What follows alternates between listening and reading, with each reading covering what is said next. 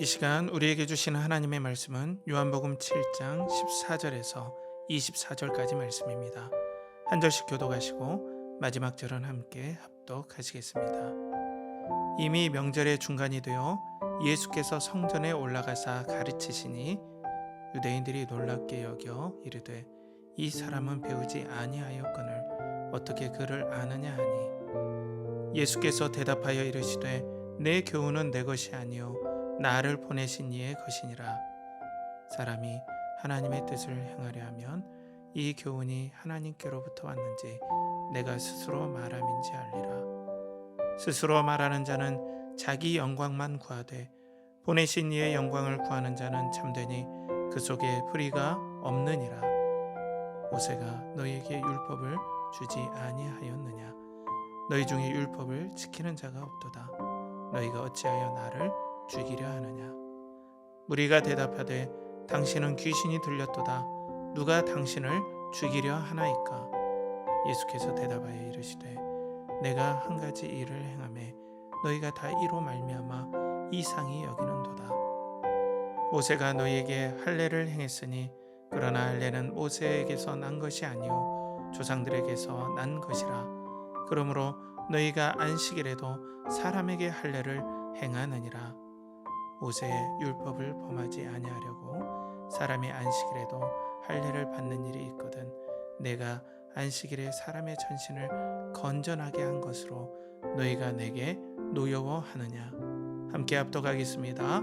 외모로 판단하지 말고 공의롭게 판단하라 하시니라. 아멘.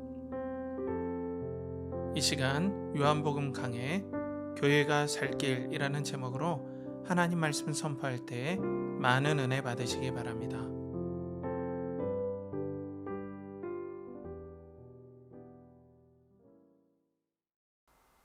그리스도를 동경하고 그리스도를 연결하라. 연결하는 교회 성도 여러분, 한 주간 평안하셨습니까? 오늘도 계속 요한복음 강의 은혜의 말씀을 함께 나누겠습니다. 오늘 말씀의 제목은 교회의 살 길, 교회가 살 길, 교회가 살 길입니다. 하나님 말씀은 요한복음 7장 14절에서 24절까지의 말씀인데요.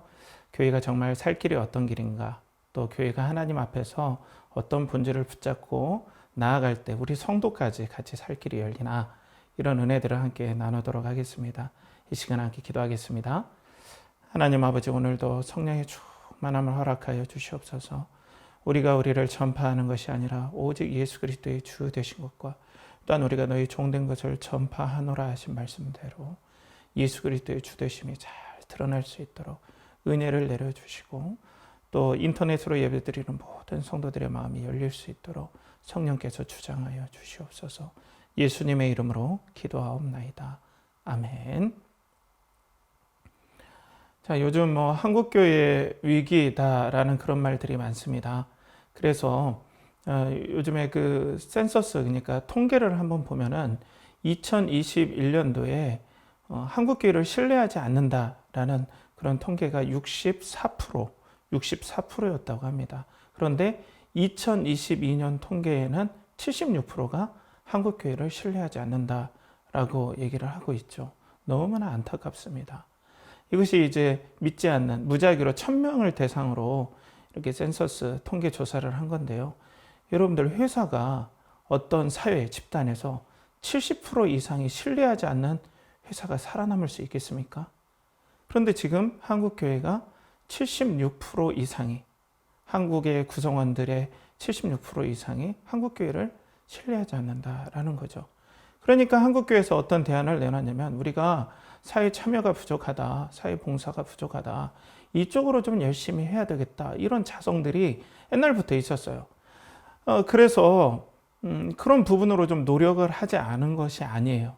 그런데 놀라운 통계 자료가 또 있습니다. 그것이 뭐냐면, 한국 교회에서 가장 유익이 되는, 한국 사회에서 가장 유익이 되는 봉사하는 종교는 어디입니까 할 때 기독교가 1위예요. 또 이상하죠? 한국 사회에서 가장 유익이 되는 봉사하는 종교가 어디입니까? 기독교가 1위고, 또 봉사를 가장 많이 하는 종교가 어디입니까 하면 기독교가 1위예요. 그런데 한국 교회의 신뢰도는 64%에서 76%로 더 떨어진단 말이에요. 왜 그럴까요?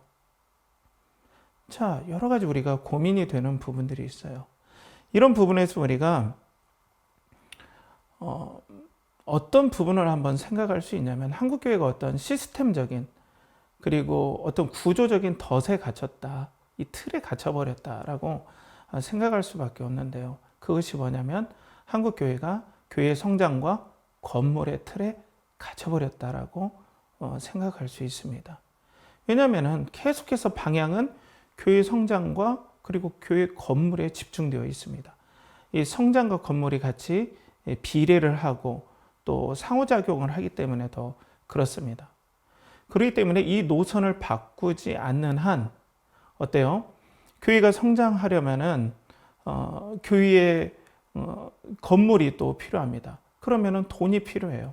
그러면은 돈이 필요하려면 어떤 목사님이 훌륭하신 분들이 많지만은 또 목사의 자질이 어떤 맨파워, 사람들을 끌어당길 수 있는 어떤 힘이 있고, 사람들을 어느 정도는 뭐 좀 선동이라는 표현이 그렇지만은 사람들의 마음을 막 흔들어서 하나로 잘 규합할 수 있는 그런 선동의 리더십, 아니면은 뭐 그런 카리스마적인 리더십이 더 요구가 되어지겠죠. 그러다 보니까 한국 교회를 가장 신뢰하지 않는 부분이 어디냐라고 할 때 불투명한 재정 운영과 그리고 목회자의 윤리 문제가 계속 터지는 거예요. 그러니까 교회의 성장과 그리고 건축 중심의, 건물 중심의 교회의 그 방향성에 계속해서 이걸 놓지 않으니까 거기에 따른 재정 운영의 불투명, 그리고 거기에 따른 너무나 리더십이 집중되다 보니까, 그리고 카리스마적인 리더십을 추구하다 보니까 거기에 따른 목회자의 윤리의 문제가 계속 터지니 계속해서 기독교는 신뢰할 수 없는 종교다, 신뢰할 수 없다라는 통계가, 사람들의 마음이 더욱더 늘어날 수밖에 없다라는 거죠. 이게 너무나 안타까운 부분이기도 합니다. 그렇기 때문에 과연 우리는 한국교회가 다시 살아나고 또 한국교회가 정말 살 길을 모색할 방법이 없는가? 우리는 고민할 수밖에 없다는 거죠. 그런데 이것이 어떤 분들에게는 뭐 한국교회 뭐 어렵지만 우리 교회 너무 부흥해요.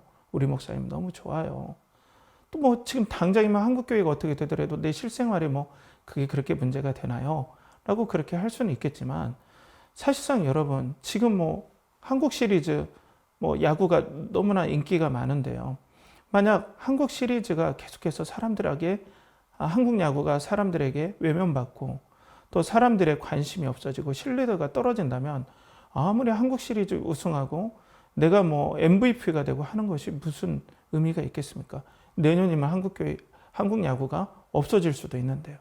그렇기 때문에 우리가 당장에 우리 교회는 잘 되고 나는 아무 문제 없다고 하지만 한국 교회의 문제는 곧 성도들의 100% 문제가 될 수밖에 없습니다.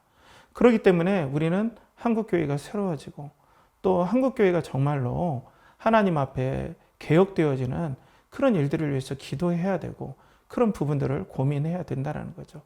그런데 우리가 여러분들이 아시다시피 성도님들이 또 작은 교회가 한국 교회를 개혁한다? 이런 부분들은 좀 무리가 있습니다. 실제적으로. 어떻게 해야 되겠어요? 성도님들이 어떻게 나서야 되겠습니까? 지금 구조적인 문제에 완전히 갇혔는데요. 그렇기 때문에 어떤 일이 꼬였을 때는 항상 그 꼬인 부분들을 해결할 수 있는 실마리, 결정적으로 그 꼬인 실타리를 풀 수 있는 실마리가 아주 중요합니다. 오늘 그래서 여러분들과 말씀을 통해서 그 개혁의 실마리, 한국교회가 변할 수 있는 어떤 큰 틀, 이거 제가 어떻게 얘기하겠습니까? 제가 하나님도 아닌데, 그죠? 그러니까 한국교회가 정말 하나님 앞에 새로워질 수 있는 그 실마리를 오늘 말씀에서 보여주는 바를 여러분들과 함께 나누고자 합니다. 오늘 예수님께서는 지난주와 더불어 초막절에 지금 이제 예루살렘에 당도를 했습니다. 수많은 방해를 뚫고 예루살렘에 당도를 하셨죠. 그리고 성전에 서셔서 말씀을 전하시죠. 그런데 사람들이 다 놀래버려요. 자, 오늘 말씀해 볼까요? 15절에 보면 유대인들이 놀랍게 여기 이르되 이 사람은 배우지 아니하였거늘 어떻게 그를 아느냐 하니. 자, 이 말은 뭐냐면은 예수님께서 정말 그를 몰랐다는 말은 아니라고 대부분 주석가들은 인정을 해요. 왜냐하면 예수님께서는 당시 유대인 남성들은 대부분 그를 알았어요. 그리고 율법의 경전을 읽었고 모세오경을 읽으려면 말씀을 알아야죠. 이게 무엇이냐면은 어떻게 예수님께서는 어떤 랍비의 수하에 들어가지도 않았는데 율법을 이렇게 권위 있게 해석하는가의 의미라고 봐져요. 어떻게 이 사람은 요즘으로 말하면 서울대도 안 나오고 연세대, 고려대도 안 나오는데 어떻게 이 사람이 이렇게 명문대를 안 나왔는데도 불구하고, 그리고 남들이 인정하는 권위 있는 랍비 밑에서 있지 않았음에도 불구하고 이렇게 율법을 놀랍게 해석하지라고 하면서 이렇게 당황해하고 너무나 놀래하는 거죠. 그런데 이렇게 놀래하는 이유가 있습니다. 왜냐하면 당시에는 율법 해석에 대해서 엄격한 제한을 뒀어요. 아무나 율법을 해석할 수 없도록 했죠. 오직 이제 요즘 이 말씀에 유대인이라고 나오는데, 유대인은 여기서는 바리새인과 서기관을 생각한다 하시면 쉽습니다. 그러니까 이 바리새인과 서기관들에게 대부분 율법의 해석의 권한, 그 해석을 독점하고 있었죠. 그런데 갑자기 예수님이 나타나서 누가 봐도 어떤 랍비의 수하에 들지도 않았는데 예수님께서 율법을 해석하니까 어때요? 자기네들의 기득권을 침해하고 자기네들의 영역을 침범하니까 그때부터 심사가 꼬이기 시작한 거죠, 이들이. 자, 그래서 예수님께서 여기서 멈추지 않고 이들의 치부를 건드리기 시작합니다. 19절에 보면 모세가 너에게 율법을 주지 아니하였느냐? 너희 중에 율법을 지키는 자가 없도다. 너희가 어찌하여 나를 죽이려 하느냐? 바리새인들과 서기관들은 자기네들이 모세의 제자다. 그래서 모세의 제자이기 때문에 우리가 모세의 율법을 가장 잘 아는 사람이다. 우리 외에 누가 율법을 논할 수 있으랴? 누가 이 율법을 해석할 수 있냐? 우리만큼 율법을 해석할 수 있는 사람 없기 때문에 아무도 율법에 손대지 마 라는 뜻이죠. 그런데 예수님께서 거기에다 무슨 말씀하십니까? 너희 중에 모세가 율법을 주었건만 너희 중에 율법을 지키는 자가 없다. 너희들 율법 해석이 틀렸다라는 말씀이죠. 이거는 완전 벌집을 예수님께서 건드는 거나 똑같아요. 쉽게 얘기해서 죽음을 각오하지 않으면 이런 말씀을 할 수가 없습니다. 그러니까 지금 예수님께서는 어떤 사안을 지금 건드리려고 하고 있어요. 오늘 말씀을 통해서 예수님께서 하시고 싶으시고 터치하고 다루고 싶은 부분이 있어요. 그것이 이제 다음 말씀인데, 다음 말씀에 여러분 앞에서 말씀드린 우리 교회의 개혁의 실마리가 여기 있습니다. 자, 오늘 본문의 23절에 보면은 모세의 율법을 범하지 아니하려고 사람이 안식일에도 할례를 받는 일이 있거든 내가 안식일에 사람의 전신을 건전하게 한 것으로 너희가 내게 노여워하느냐. 자, 이게 왜 교회 개혁에 지금 또 한국 교회가 또 본받아야 되고 또 반추해봐야 될 교회의 실마리가 여기 왜 있을까요? 또 우리의 살 길, 교회의 살 길이 왜 여기에 있을까요? 자, 오늘 이 율법 해석의 결정적인 부분을 가지고 예수님께서 지금 말씀을 걸어오고 그들과 이제 논쟁을 하기 시작합니다. 자, 먼저는 유대인들에게 안식일은 철저히 일을 하지 않아야 하는 날이었어요. 그런데 그들이 예외를 두는 부분들을 지금 예수님께서 말씀하시죠. 곧 할례입니다. 이 할례는 요즘으로 말하면 포경수술이에요. 그래서 난지 8일 만에 된 사내 아이의 생식기의 끝 피부를 잘라내므로 정말 이 어린아이가 하나님의 공동체로, 하나님의 백성으로 구원받은 백성, 또 구속받은 백성입니다라는 상징적인 의미, 구원의 의미, 또 이 아이를 믿음으로 잘 기르겠습니다라는 언약의 의미로 난지 8일 만에 할례를 행하는데, 이 날이 할례를 행하는 8일째 날이 안식일에 겹치면 아무 일도 하지 말라고 했기 때문에 할례를 안 하는 것이 아니라 당시 이스라엘에서는 그러할지라도 안식일에 할례를 했다는 거죠. 그것이 뭐냐면은 이 안식일은 구원받은 백성들이 하나님의 구원과 구원해 주신 그 하나님의 샬롬의 평강과 안식을 누리는, 그러니까 구원이 전제되어야만이, 구원받은 백성만이 하나님께서 누리는 이 샬롬의 평강을 이 안식일에 누릴 수 있습니다라는 축복의 날이 안식일이거든요. 그러니까 전제가 뭐예요? 구원입니다. 그렇기 때문에 이 구원을 상징하는 할례와 그리고 구원을 통하여서 안식을 누리는 이 안식일이 전혀 배치되지 않는다는 거예요. 그날에 당연히 구원이 전제되어서 안식을 누리기 때문에 안식일에 당연히 할례를 하는 것은 전혀 일을 하는 그 명령에, 일을 하지 말라는 명령에 거역되고 배치되는 게 아니라 오히려 당연히 안식일에는 그 구원을 상징하는 할례를 해도 된다라는 의미죠. 자, 그러면 이제 유대인들이 걸고 넘어지는 것이 예수님께서 요한복음 5장에 지금 38년 된 병자를 안식일에 고친 사건을 가지고 이제 예수님을 죽이려고 하고 있는 거거든요. 그 부분을 지금 예수님이 얘기하는 거예요. 그러면 자, 신체의 작은 부분을 잘라서 구원을 상징하고 그래서 구원받은 것들을 기뻐하면서 하나님께 영광 돌리고 그 구원받은 자가 누리는 특권, 그 안식일에 그 일들을 기뻐하기 위해서 안식일일지라도 할례를 행하는데 구원의 상징의 역사를 하는데 아니 38년 된 병자의 작은 부분이 아니라 전신을 오늘 말씀에 건전케 그러니까 온전케 함으로 진짜 구원이 이루어지는 것들을 너희들에게 보여줌을 통하여서 정말 구원을 완성시켜 주시고 정말 구원의 핵심 되시는 그리스도가 왔음을 그 그리스도로 말미암아 전신이 완전해져서 구원받는 역사를 보여줌으로 이 구원의 은혜를 누리는 안식일 날에 이 일을 내가 했다면 진짜 그게 맞는 거 아니냐.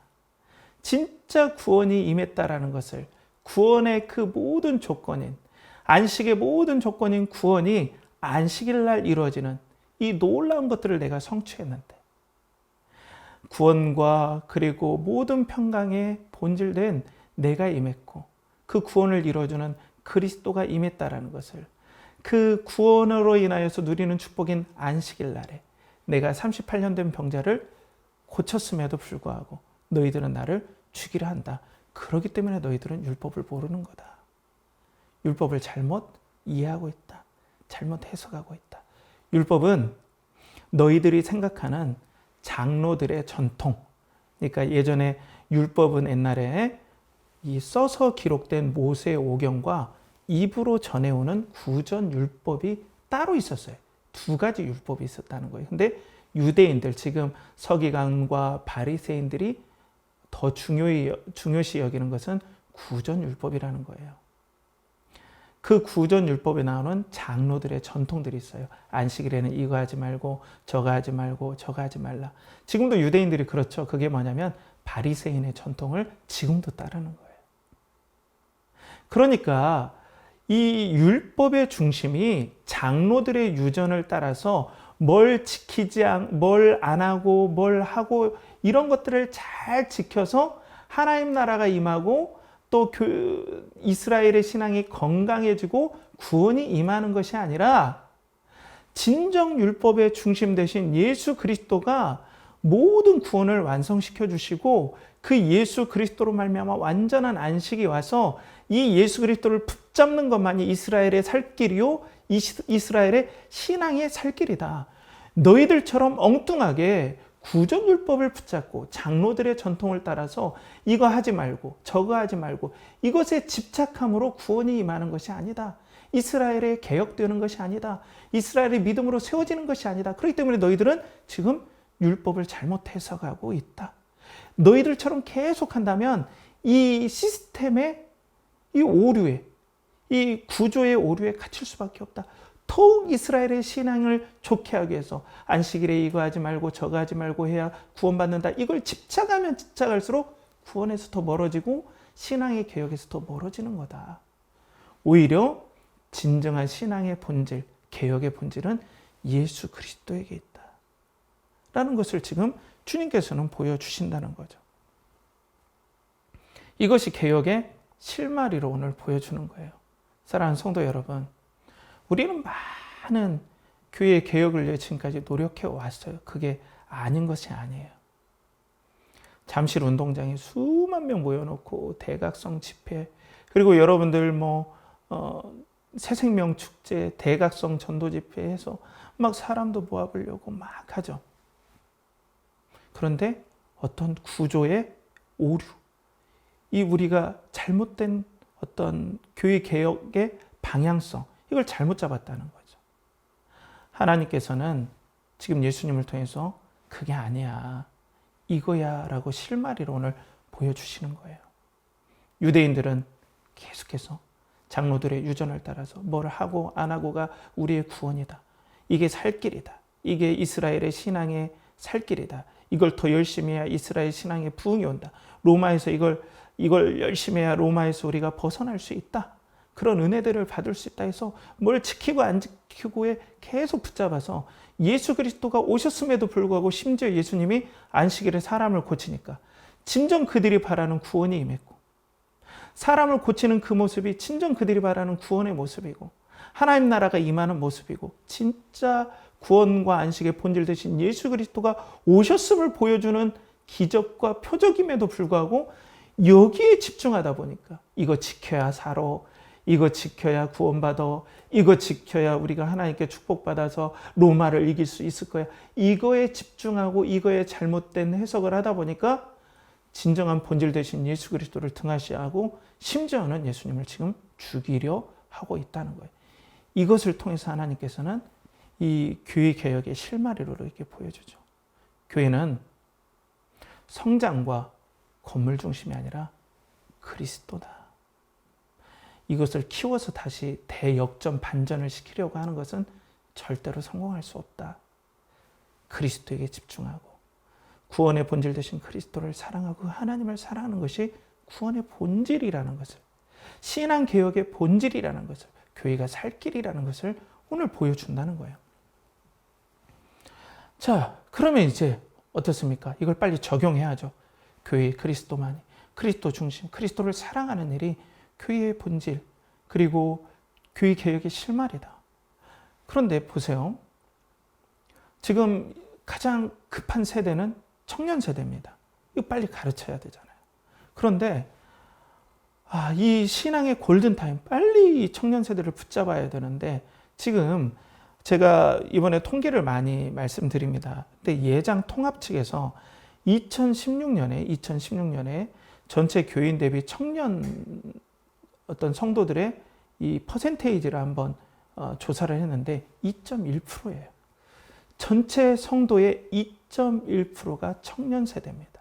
그것도 여러분들 아시잖아요. 누구 자녀 교회도 안 나왔는데 교회 교적에만 올려있는 그런 성도까지 합쳐서, 청년들까지 합쳐서 2.1%라는 거예요. 그럼 사실 1%도 안 된다는 거죠. 그런데 코로나 이후에는 더 떨어졌어요. 그러니까 0.몇 %밖에 안 된다는 거예요. 전체 교인에. 그런데 지금 교회들도 알아요. 청년 세대가 살아나지 않으면 교회는 망할 수밖에 없다는 걸 알고 있어요. 그러니까 교회는 마음이 급하죠. 그러니까 어때요? 빨리 청년들의 숫자를 올리고 문화적인 이벤트를 해서 청년들의 어떤 붐업을 지금 원하거든요. 그런데 여러분들, 요즘 세상에 얼마나 재밌는 게 많습니까? 문화 어떤 콘텐츠로 세상과 이게 되겠습니까, 여러분? 얼마나 재밌는 게 많고, 얼마나 놀거리가 많고, 얼마나 사람들을 휘어잡을 수 있는 수많은 콘텐츠들이 세상이 가지고 있습니까? 그런 세상과 콘텐츠 대 콘텐츠로 부딪힌다고요? 왜 이런 눈에 뻔한, 어떻게 보면은 해도 잘 되지 않을 것 같은 이 일들을 왜 합니까? 교회 성장과 그리고 교회 건물에 갇혀버린 이 시야를 가지고, 이 관점을 가지고 청년 세대를 일으키려 하기 때문에 그렇다는 거예요. 그렇기 때문에 이 일을 하면 할수록 어때요? 또 문제가 터져요. 그러니까 청년들이 더 등을 돌려요. 예수 그리스도의 본질 되신 은혜와 그 예수님 주시는 평강과 그 예수 그리스도께서 세상을 이기시는 은혜를 교회에서 막 뿜어내는 그 영향력을 통해서 청년들이 한 명이 변화되고 그 한 명이 다른 사람을 변화시켜서 그 한 명이 계속해서 영향력을 주는 이런 형태가 아니라 단기간에 붐업시켜서 어떻게든 성장시키고 그들이 성장하면 또 교회를 유지할 수 있는 어떤 미래 세대로서 이 정도밖에 생각을 하지 않고 교회가 여기에 살 길이다 하고 하는데 그렇게 집중하면 집중할수록 청년 세대는 0.1% 계속해서 떨어진다는 거죠. 그리고 또 다른 부분들이 있죠. 신앙훈련입니다. 얼마나 우리나라 한국교회가 신앙훈련 열심히 합니까? 저는 신앙훈련이 잘못됐다는 게 아닙니다. 특별히 더 좁혀보면 제자훈련이죠. 제자훈련이 한국교회에 좋은 영향력을 제공한 건 사실입니다. 그렇지만은 제자훈련이 어떤 목적이어야 됩니까? 예수 그리스도의 십자가를 지고 그리스도를 위해 죽으려고 하고, 그리고 자기를 부인하고, 그리고 세상의 욕심을 내려놓고 철저히 예수님을 따라간 사람이 제자 아닙니까? 그런데 모든 교회의 방향성은 교회의 성장에 맞춰져 있어요. 제자 훈련을 하면 성장하더라. 건강한 교회가 성장하더라. 저는 이 말에도 함정이 있다고 봐요. 건강한 교회가 왜 다 성장합니까? 예수님이 그러면 건강한 목회를 했는데 왜 사람들이 다 떠나갑니까? 왜 12명밖에 남지 않습니까? 그렇기 때문에 열심히 제자 훈련을 합니다. 어떻게 하기 위해서? 구역장으로 세우고 항존직으로 세우기 위해서.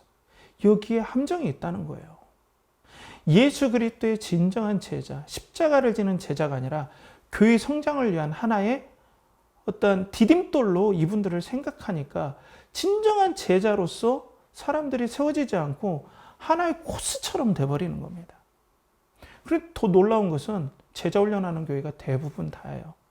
자, 제자 훈련하면 할수록 지금 교회가 건강해지고 더욱더 신뢰를 받고 있습니까? 더 떨어지고 있습니다. 왜? 교회 성장과 건물이라는 구조의 덫에 갇혀버렸기 때문이다. 이들이 진정 예수 그리스도의 십자가를 지고 본질 되신 그리스도를 사랑하고 동경하고 따라가게끔 교회가 그들을 위해서 장기적으로 정말 죽으면 죽으리라는 마음으로 희생을 각오하는 마음으로 그 오카논 목사님 얘기했던 한 사람의 비전에 미쳐 있는 것이 아니라 한 사람이 아니라 수많은 교회를 목표로 모든 교회들이 다 대부분 달라들기 때문에 본질을 다 놓치는 거죠. 자, 그래서 예수님께서는 성경을 통해서 계속해서 우리들에게 이것들을 보여주고 계세요. 예수님은 저는 요한복음 강해를 하면서 너무나 놀라운 건 사람들이 수많이 몰려왔는데 예수님 마치 그들을 환영하지 않는 것처럼 느껴질 정도로, 물론 사랑했지만은, 그들을 불쌍히 여겼지만은 그들에게 동요되지 않아요. 철저하게 성령께서 말씀하시고 인도하시는 대로 하나님의 말씀을 받아서 충성스럽게 전하고 보내주신 사람을 끝까지 사랑하는 사역에 집중합니다. 하나님을 생명을 걸고 사랑하는 일에 집중해요. 그러니까 지금 12명밖에 남지 않았어요. 그 12명 중에 한 명은 또 예수님을 팔게 되고요. 자, 그런데 그럼 예수님께서 십자가에 죽으시고 부활하시면 좀 사역 패턴이 좀 바뀌어져야 되잖아요. 근데 그러지 않아요. 보통 생각에 제자들은 이제 예수님께서 부활하시고 하나님 나라의 왕으로 확실히 하나님 앞에 인정받으셨으면 이제 사람들을 규합해서 군대를 조직해서 로마와 싸우는 그런 회복의 때를 좀 생각했던 것 같아요. 예수님께서 부활했을 때도. 그래서 이스라엘의 회복의 때가 언제입니까? 이제 이런 사역 패턴 내려놓고 좀 성장 좀 하게끔 눈에 보이는 어떤 걸 좀 보여주세요, 예수님이라고 제자들이 얘기했는데 사도행전 1장 7절을 8절에 이렇게 말씀하시죠. 이르시되 때와 시기는 아버지께서 자기의 권한에 두셨으니 너희가 알 바 아니요 오직 성령이 너희에게 임하시면 너희가 권능을 받고 예루살렘과 온 유대와 사마리아와 땅끝까지 이르러 내 증인이 되리라. 때와 시기는 그렇게 부흥하고 그렇게 사람들이 양쪽으로 성장한 때는 너희가 알 바가 아니다. 아버지가 그것은 그 때와 시기는 아버지의 권한에 있다. 그렇지만 오직 성령이 너에게 임하시면 나에게 임했던 성령을 너에게 부어줄 때, 그때 교회에게 부어줄 때, 영원히 성도들에게 부어줄 때, 그때가 임하면 예루살렘과 온 유대와 사마리아 땅끝까지 이르러 너희들이 내 증인이 될 거야. 내가 하는 사역 패턴 그대로 하나님의 영광을 위해서 그리스도를 본질 삼아 너희도 그렇게 사역할 때 하나님 나라는 확장될 거야. 그러니까 쉽게 얘기해서 내가 공생애 때 보여준 사역 패턴 그대로 너희들도 성령을 받아 그렇게 사역을 할 때 교회는 살아난다. 이게 바로 교회가 살 수 있는 길이다. 이게 바로 교회 개혁의 실마리다 라고 보여주시는 겁니다. 교회 성장할 거야, 많아질 거야, 교회 건물도 세우고 이렇게 말씀하시지 않았어요. 여러분들 교회사에서 한번 볼까요? 이 패턴 그대로입니다. 초대교회 때 이 12제자들, 이제 나중에 뭐 가룟 유다를 대체해서 12제자들이 사도가 되어서 어떻게 사역합니까? 이렇게 건물을 향해 갑니까? 사람들을 억지로 끌어모으려고 합니까? 아니에요.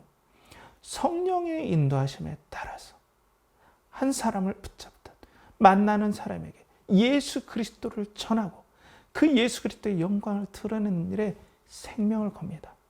그러면 어때요? 희한하게 그 은혜를 받은 수많은 영향력들이 갑자기 어느 고점에 오를 때 정말 많은 사람들이 모입니다. 그럼 어떻게 되는지 아십니까? 그때부터 본질이 흐려지기 시작해요. 예수님이 아니라 사람들이 모이니까 돈이 생기고 집이 생기고 건물이 생기잖아요. 교회는 또 부패합니다.